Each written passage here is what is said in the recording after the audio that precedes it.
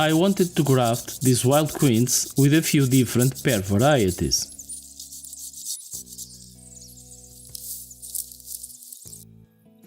Quince is a robust rootstock and it's compatible with pears.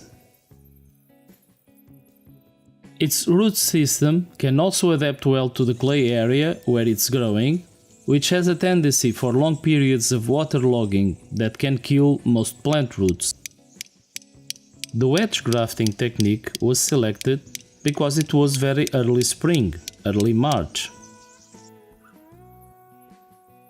So, the bark was still not sleeping enough for the traditional bark graft technique I also like to use.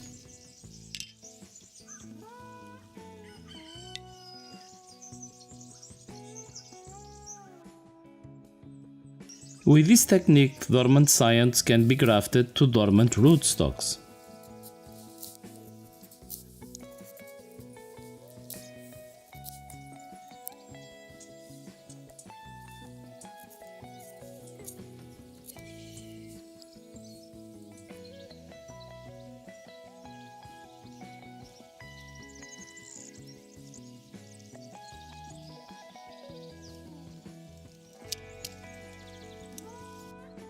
Several scions can be grafted into a well-developed rootstock.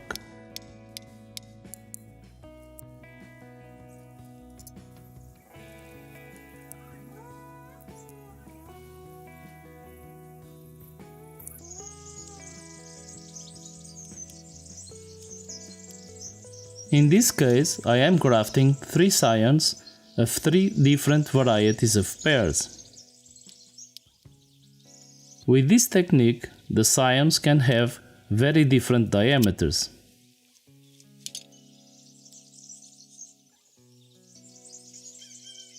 It doesn't matter the size, just adapt the slot in the rootstock to the size of the scion used.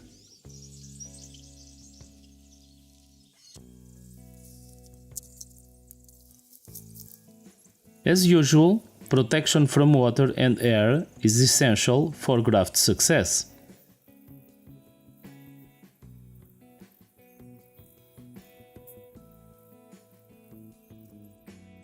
I am using a resin-based pruning paste to protect the graft areas.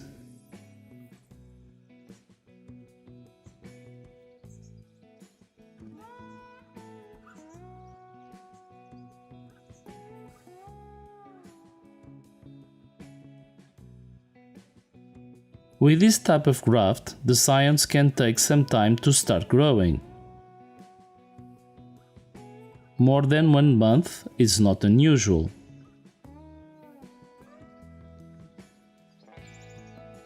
The first signs of growth will only show up after the rootstock breaks dormancy. So, watch the base of the rootstock like a hawk and remove all suckers and quince growth.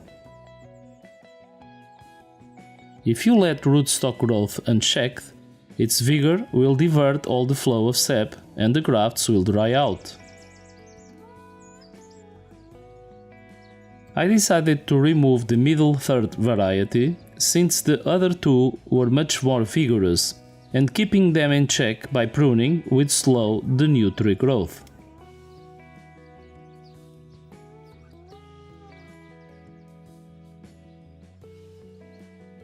Three months after the graft, the 2 remaining pear varieties are growing well and the grafts are solid and strong.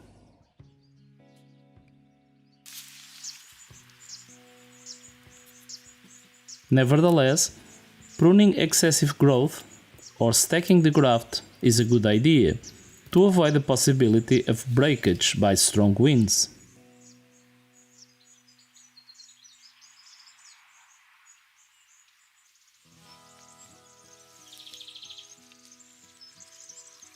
Kiwis can also be grafted in early spring using dormant scions.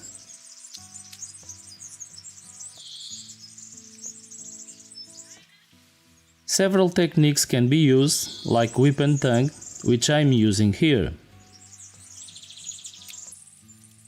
Since these plants have a hollow core, care should be taken when doing the cuts to find a spot with good strong side wood.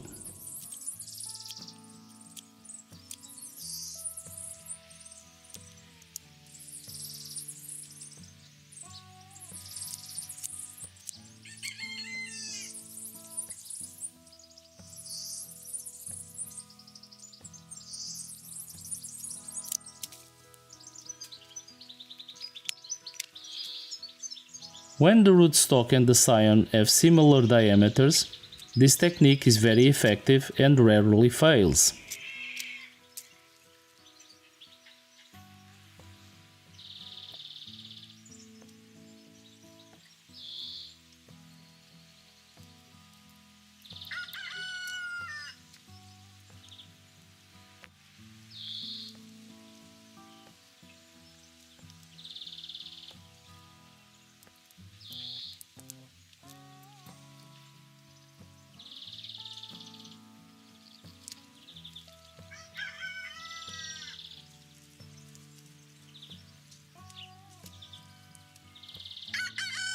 Several points of cambium contact and pressure applied by the tying material are the key to this technique's success.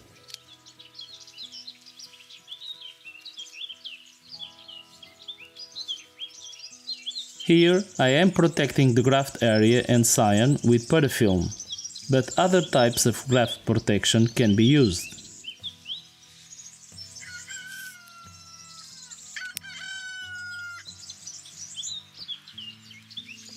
In the first 2 weeks, the aluminium foil will avoid sun damage and dehydration.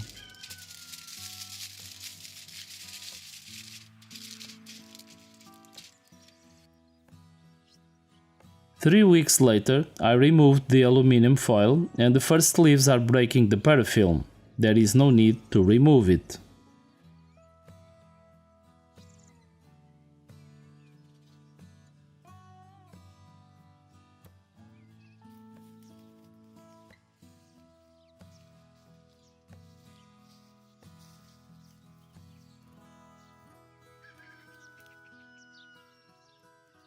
After 2 or 3 months, when I use raffia, I usually cut it out to avoid strangling the graft.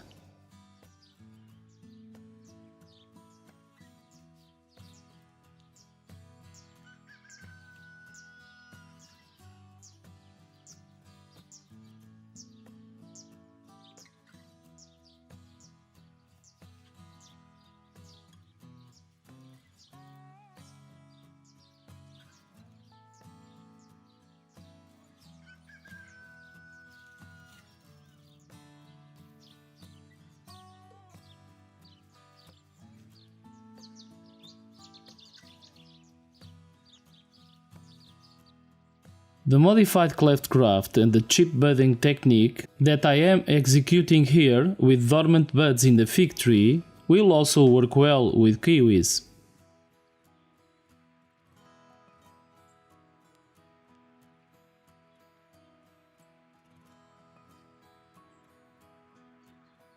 Since the bud and the wood chip have very few reserves, protecting it well is the key to a successful graft when using this technique.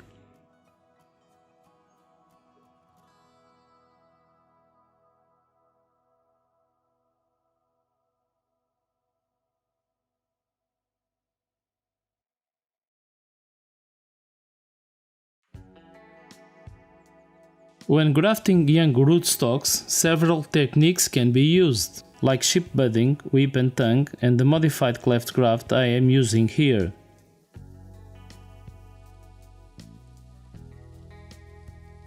All these techniques work well as long as you avoid graft drowning and control unwanted rootstock growth.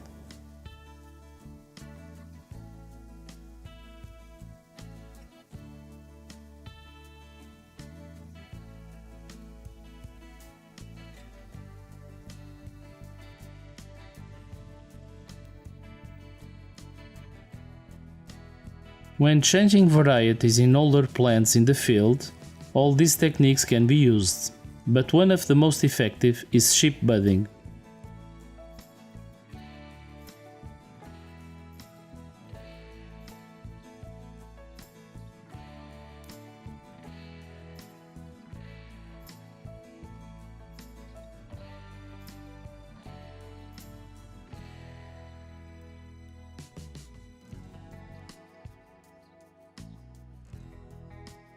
Since the cambium is just below the bark, placing the chip is easy, as there is no need to match or cross cambium layers like in the other grafting techniques.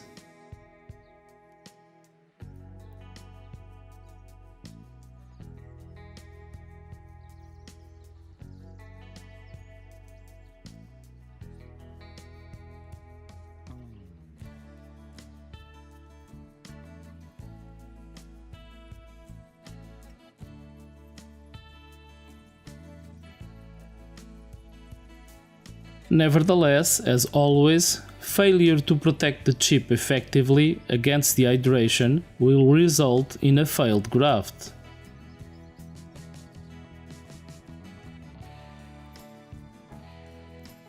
If the plant has already break dormancy, additional steps need to be taken to avoid graft drowning.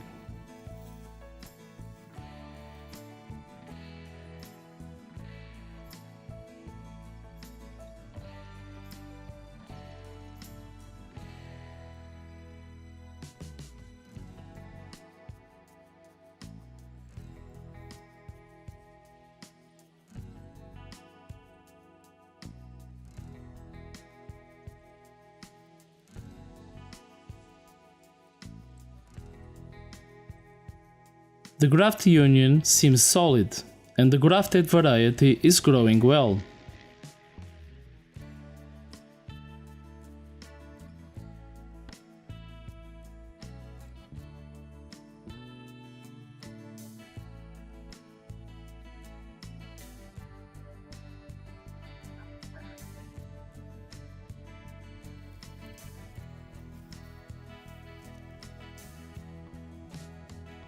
Here's some of the graft results using different techniques in younger rootstocks.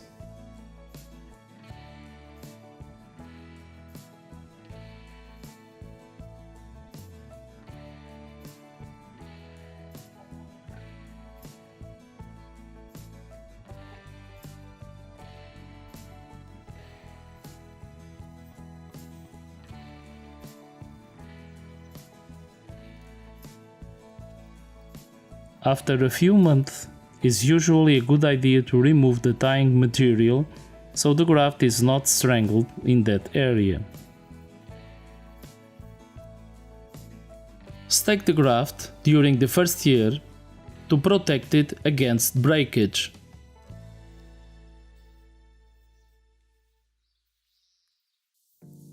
Grafting existing fig trees in late spring can be a quick way of changing varieties.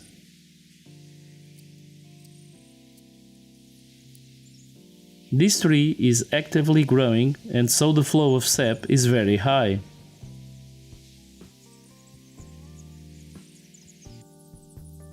This could be a problem and cause graft failure.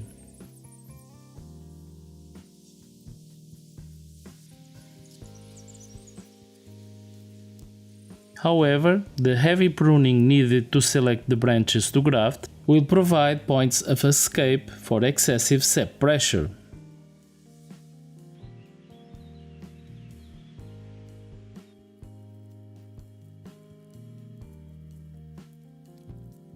With all the energy stored in the rootstock, the grafts grow quickly.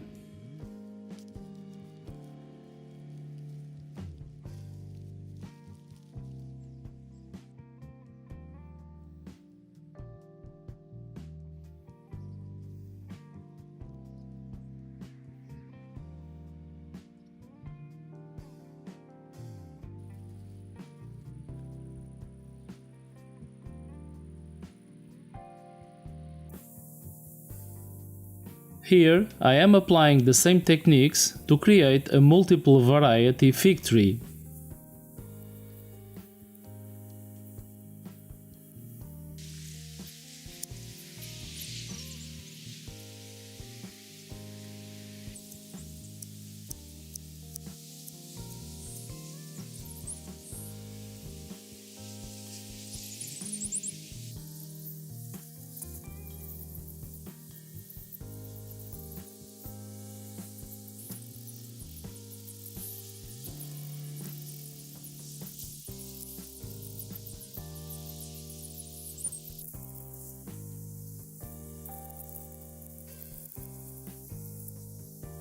Whichever the grafting technique used, the grafts have to be very well protected from heat and dehydration.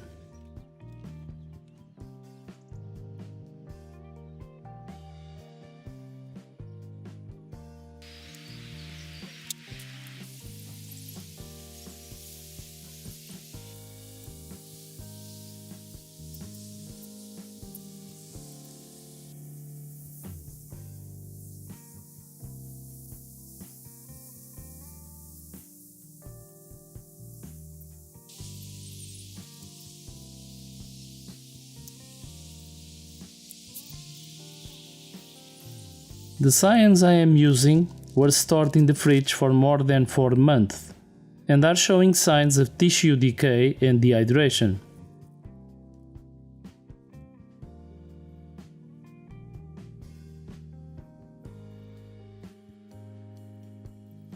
Nevertheless, they are still usable, although they might take a bit longer to start growing than usual.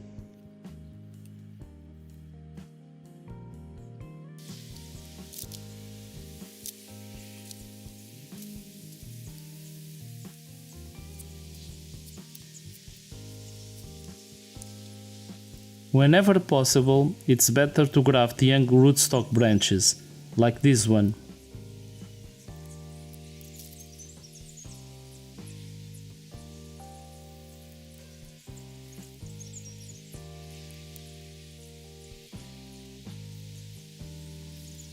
Grafting these younger branches will provide the best results.